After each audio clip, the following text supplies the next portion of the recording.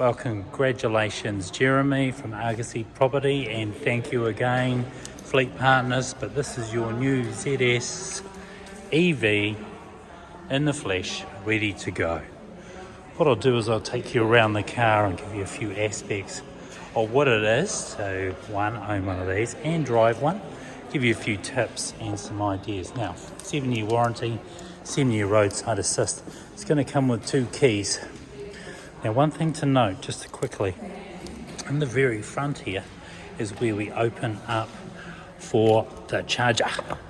Now, as I pushed in, it released, and then just underneath there, you will see where you plug the car in. Now, it's got two chargers, the Type 2 to Type 2, which is this one on the bottom. If you go to a fast charging station, you might have to put the other piece in there, which they have there ready available. Now, one thing I might suggest you do is you load in an app into your phone called PlugShare or ChargeNet. That will indicate where different chargers are and availability to those chargers whilst you're moving around Auckland or the country. Now, it's come up, it's beautiful, it's in black, of course. It comes with a sunroof, as you can see, and of course from behind, it's a stunning looking car. Let's have a look in the boot for now. Let's just go here. Now, as I open that up, what we do straight away is we get access into the boot. Now, this floor's got 2 levels. That's at the lower level at the moment, and if I pull this up and I pop that into there, that's at my higher level. There's plenty of space on the left and right hand side. There's a light back here, and you can release this parcel tray if you need to. Let's have a look underneath. So first things you'll see on the right hand side, red thing is a triangle, just in case you're stuck on the side of the road. The other one's a charger for at home if you need it. You plug that in. Now, it's a 3-pin charger that'll get you going. It'll take up to 8 hours to get 80% charge if the car was empty. Now, just inside there too is a run flat dry program, so in the event that you do get a flat tyre and you haven't got access to using the 0508 number for roadside assist, use that there, inflate the tyre, get to the next location and get a new tyre on the car. Alright, so we'll pull this down now. Let's just go through from the passenger side in the rear.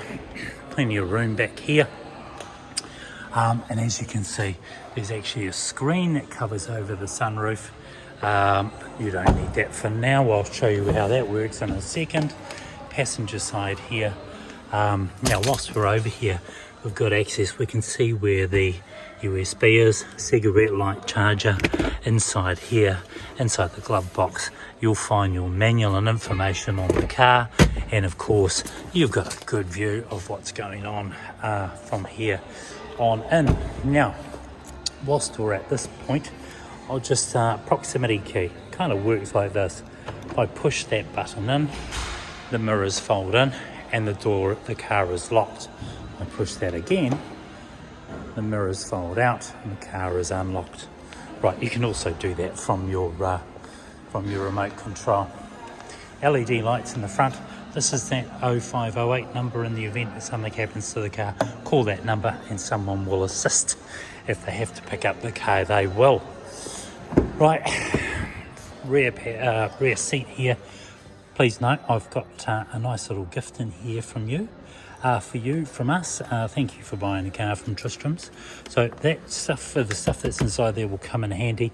I'll leave that as a bit of a surprise. To bring these seats back and forth, you just pull this tag up and down and that will drop and give you more room. Right, now we've got the car open and unlocked. Let's have a look inside. Electric seats is what I see first on the driver's side.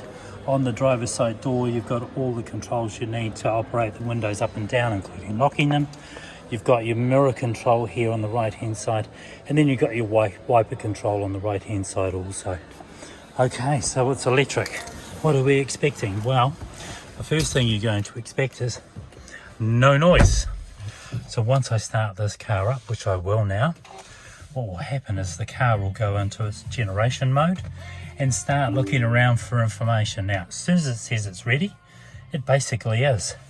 And for me to change gears, I can go down to what we now have as a rolling gear stick. So I can go right, it goes into D for drive, or I can put it in N for neutral, or R for reverse, and as soon as I stick it into reverse, my rear vision camera comes up.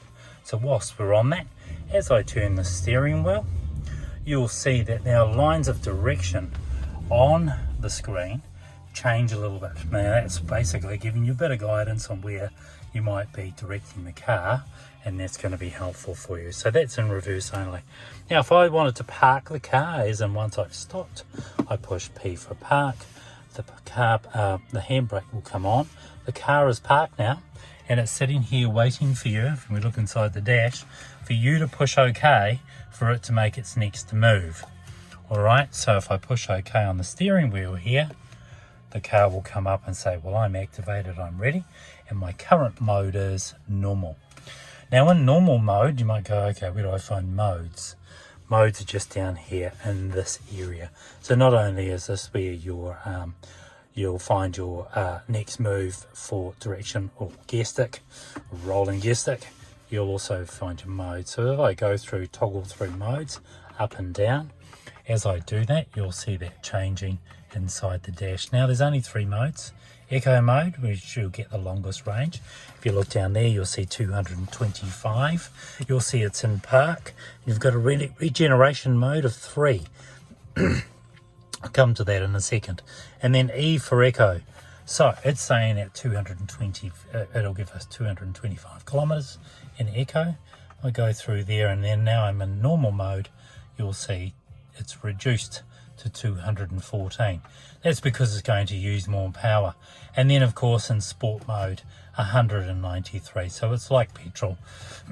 The more power you put into it, the more you ask it to do, the faster it's going to run through its juice. Alright, so now we're at this stage and we're in sport mode. Let's have a look at what else we can do. Curves. So curves is your regeneration. This is where whilst you're driving your car, it can regenerate, and it will regenerate. So in 3, it's at its most aggressive. So at 3, it says it's heavy, and that means that you can engine brake into, say, areas, and you'll get to feel this as you start driving one.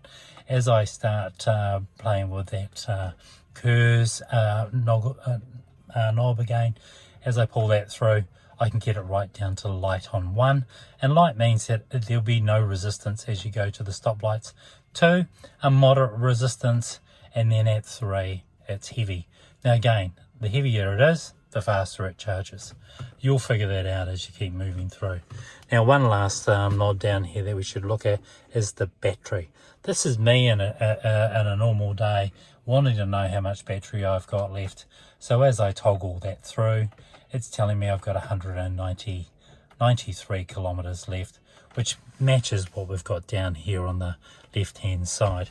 So at a glance, and again, if I change that into normal and then hit battery, it should be telling me that I've got 214 kilometers left. So the car's intuitive, it's very easy to operate, and ultimately it's giving you as much information as it can. You'll see down here on the right hand side, this is the battery for the vehicle itself, and then of course what modes you might be in. So as you operate, you'll see yourself maybe charging the car at a slower, more efficient speed. Efficiency mode, this gives you a bit of an idea of just how well you're driving the car. And if you're getting into boost, that means you might be in a passing maneuver, or you might have put your foot down just to get out of somewhere quickly. Kilometers on the left hand side, telling you your speed, and I've set it up in the middle here so you can actually see at a glance a big number. So once you start moving, it'll go from 0 to whatever speed you're operating at. So okay, so we're getting to the next piece. Left hand side here, you'll find all your setup mode for your distance between cars and your cruise control. By pushing set and altering this back and forth, what you'll end up doing is managing the car so you're a safe distance between other cars. And then of course that will be, you'll feel that pretty much straight away. So and then on this one up here is your lights, and again, pushing your distance between the two cars is paramount. So that will come up also on your left hand side. If you've got any questions, please let me know. Now, I use my steering wheel for a lot of things, and one of them is to give me information at a glance. So I call this my library on the right hand side, and as I screen through or toggle up and down, different versions of information come up. You'll find your own safe place, but again, it's quite important to go through this a little bit. Your next service, right through to things like the distance control, and then of course your speed modes. Down here you can call the phone if you like. They've got a factory version. If you're using Apple Carplay or Android Auto, you might want to use that instead. Remember, your phone's a big part of your life these days, so there's probably a lot to be said about what it already knows about you. So by calling, say, hello Siri, you're going to call up some information. And get to that quickly. Now, left hand side here, distance, changing channels, volume up and down, a mute control, source. If I want to go from AM to FM, I can do that, or I want to pick up the phone. It's all inside here. Now, getting into the last few things we should know about. Heater control is relatively easy. That'll come up on your screen, and you'll be able to direct the different parts of where you want the temperature around inside the car, your air conditioning and such. Now, your heated seats are down here too, so it's either hot or it's not, so relatively simple.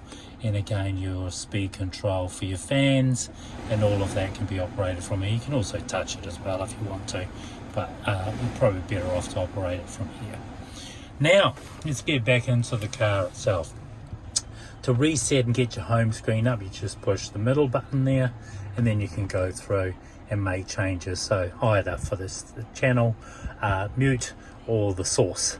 Now in this particular case, what we're going to do is set up our phone. So let's do that. Setting up our phone is relatively easy. So we're going to go Bluetooth, and what you're going to be looking for is the code to jump in, and in this case it's BTBD01. Find that on your phone and you'll be set up. Let's go back to the source again. Let's have a look at Apple CarPlay. Well, Apple CarPlay will only come up if you put your USB, which is down in the back bottom there, through this little hole if you like, and then plug it into your phone. It's not wireless, but it is neatly placed, and there's also a nice compartment there to sit your phone. Now once you get your Apple CarPlay, all your favourite apps will come up. So I would consider putting that in pretty much straight away as well. Navigation's also in there, and then of course if I just want to scroll over, have a look around, get more information on the car, make some changes to the car, I can do that. Go into my MG Pilot, it's currently set on, driver maintenance, hill descent, you can have that on or off, comfort and convenience. Again, lights on, lights off, following me. That's all set up for you. So factory settings and relatively simple to get started. Okay, listen, it's I know it's taken a little bit of it's been challenging to get this together, but we're getting through COVID like everybody else, and thanks for your patience and understanding. If you've got any questions, let me know. Again, thanks to the team at Fleet Partners, thanks Joy, and thanks again for buying a car from us. I look forward to seeing you later on today. Cheers.